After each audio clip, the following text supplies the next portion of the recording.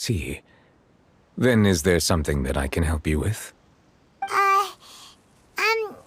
Well, it's pretty hard to run into you like this since you're usually super busy. So we figured we could try to ask you a few questions, if that's okay.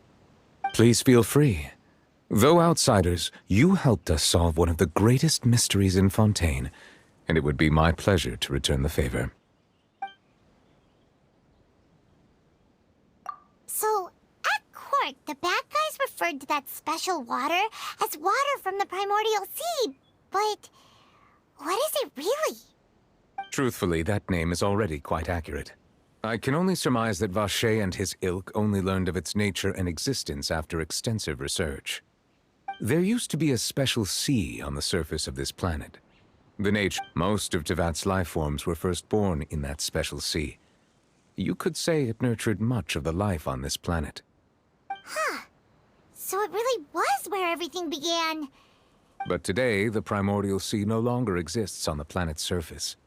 What Vacher discovered must have been some kind of special case, or a remnant from a truly ancient age.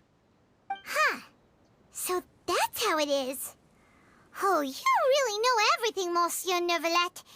But if that's the case, then why would people, at least people from Fontaine, dissolve in that kind of water? Indeed. Why would the primordial sea, which was known to engender and nurture life, suddenly reverse itself and devour life instead? To be frank, that also doesn't match my understanding of this world and its laws. There must still be some unknown secrets around the people of this land. Is there anything else you'd like to ask me about?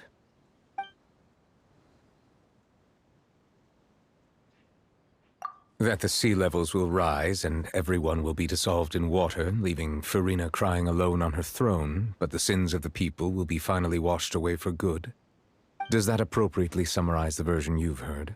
That's right! It was Linny that told us back then. And that about covers all the main points.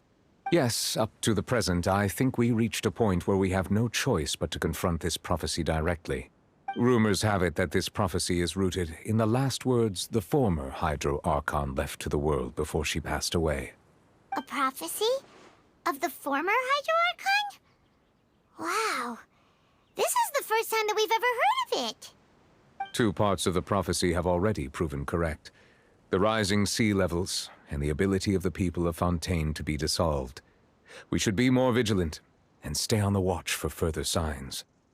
Speaking of the prophecy, Farina has also always taken it quite seriously.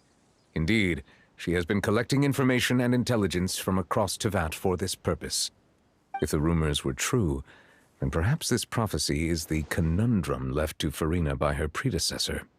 But with Farina being the way she is, can we really trust her to solve it? Is there anything else you'd like to ask me about? My apologies.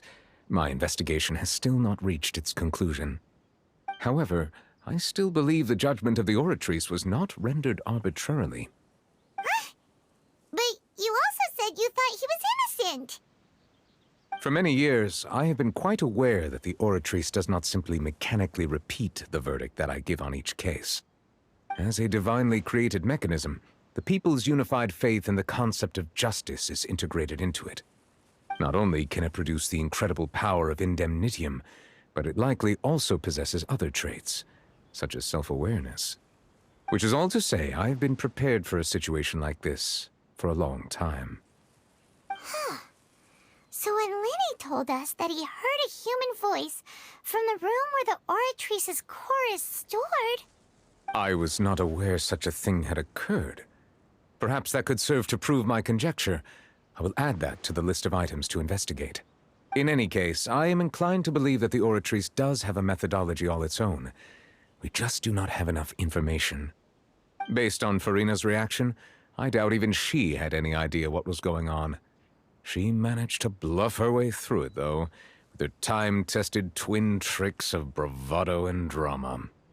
While we do intend to get to the bottom of this, for now, we regret to say that the Fatui Harbinger will just have to bide his time in the fortress of Meripede. If we did incorrectly convict him of crimes he did not commit, we will most certainly compensate him to the fullest extent allowed by the law. If you ask Paimon, the only compensation he'll want is a no-holds-barred fight with you. Is there anything else you'd like to ask me about? Your sibling, another blonde-haired traveler. I'm sorry, but I've never seen anyone who matches that description. If he ever stepped foot in Fontaine, I'm sure he followed our laws to the letter, and had no reason to appear on the stage of the opera Epicles. Is there anything else you'd like to ask me about?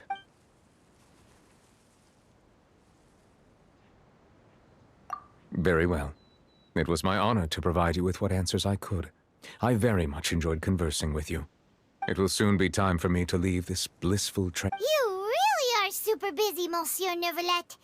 Paimon thought you only came here to pay your respects today because you had the day off. Crime and villainy do not have the day off, and so justice must work around the clock as well. This is merely the nature of a justice's work. All right. You've got a point. Huh? Paimon just noticed that the rain has stopped.